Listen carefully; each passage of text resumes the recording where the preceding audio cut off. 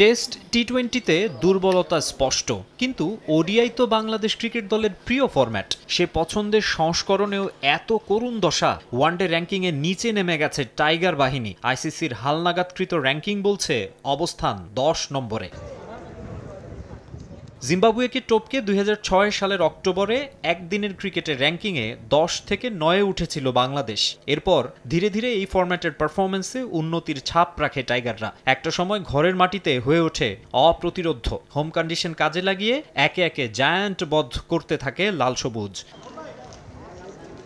অমন পারফরমেন্সে 2015 সালে ওডিআই র্যাঙ্কিংয়ে 7-এ উঠে যায় বাংলাদেশ। এরপর 2017 চ্যাম্পিয়ন্স ট্রফির সেমিফাইনাল নিশ্চিত করা দল উঠে যায় নিজেদের সর্বোচ্চ অবস্থান 6-এও। নানা চড়াই উতরাইয়ের মধ্য দিয়ে যাওয়া টাইগাররা 2022 সালে আরও একবার উঠেছিল 6-এ। কিন্তু এবার পথহারা বাংলাদেশ 19 বছর পর নামল ফেভারিট 50 ওভার ক্রিকেটের র্যাঙ্কিংয়ের 10 নম্বরে।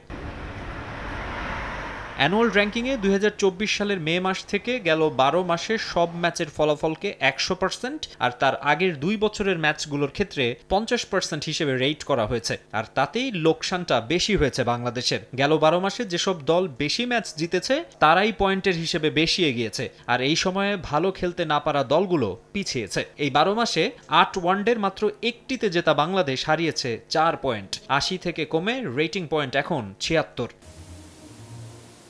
হালনাগাদকৃত র্যাঙ্কিংয়ে ওয়ানডের শীর্ষ দল ভারত। উন্নতি করতে থাকা আফগানিস্তান আছে 7 নম্বরে। বাংলাদেশকে টপকে 9-এ উঠেছে ওয়েস্ট ইন্ডিজ।